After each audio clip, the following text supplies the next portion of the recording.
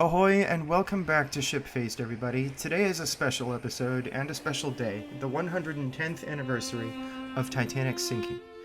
In the first part of this video, I'll share a tribute I've developed in honor of those lost, and in the second part, I will cover my theory on how the ship broke in half. Please like and subscribe and enjoy the video. Nearer, my God, to thee, nearer to thee, even though it be a cross that raiseth me. Still all my song shall be nearer, my God, to thee, nearer, my God, to thee, nearer to thee. There let the way appear, steps unto heaven. Oh, that thou sendest me in mercy give. Angels to beckon me nearer, my God, to thee.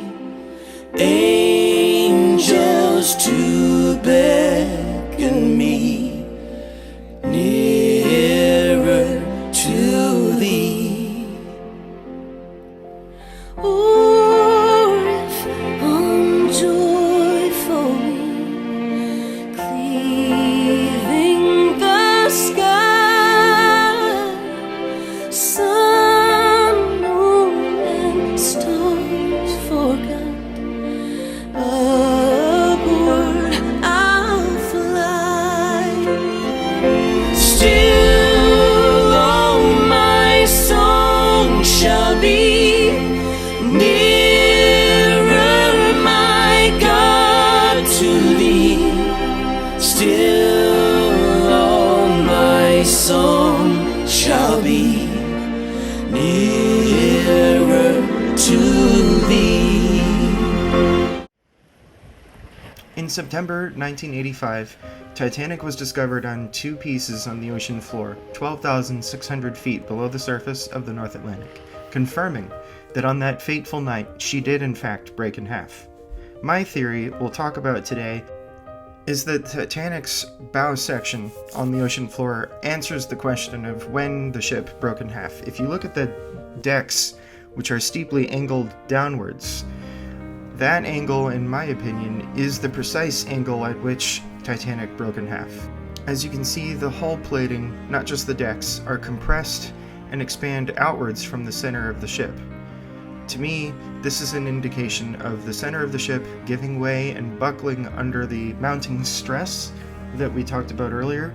The reason I have this theory is because I was watching a National Geographic special about Titanic, and I disagreed with James Cameron's conclusion, which was that the downward angle from the decks we see in the bow section was not caused by the breakup, but in his opinion was caused by the water pressure Titanic experiences this far down.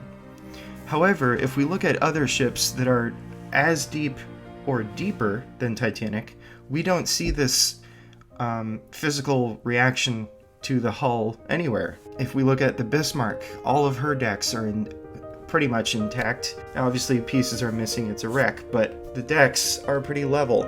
We don't see any steeply angled stress marks or buckling in the hull plates. You'll also note that these ships did not break in half either.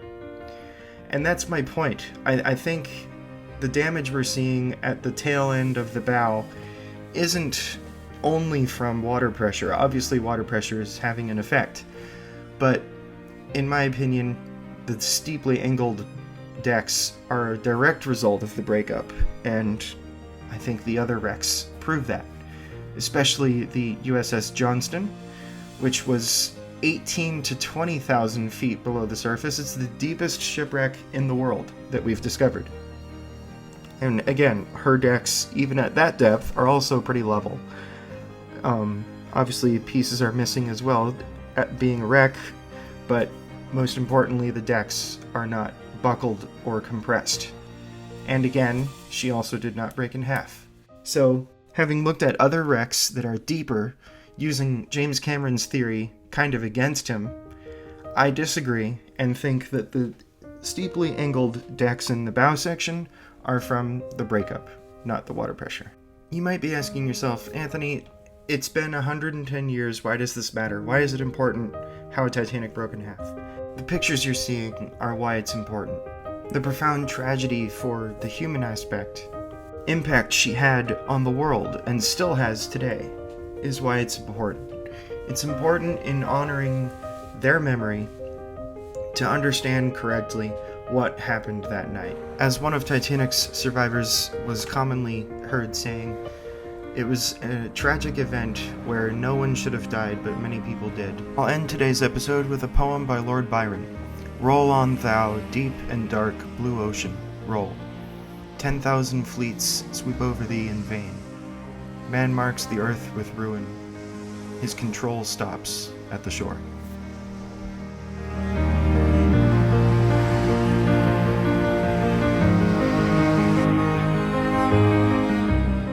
Thank you, everybody. Like and subscribe, and get ready for Season 7 of Shipfaced, featuring one of my favorite ocean liners of all time, the original Queen Mary. Take care, and see you next time, everybody.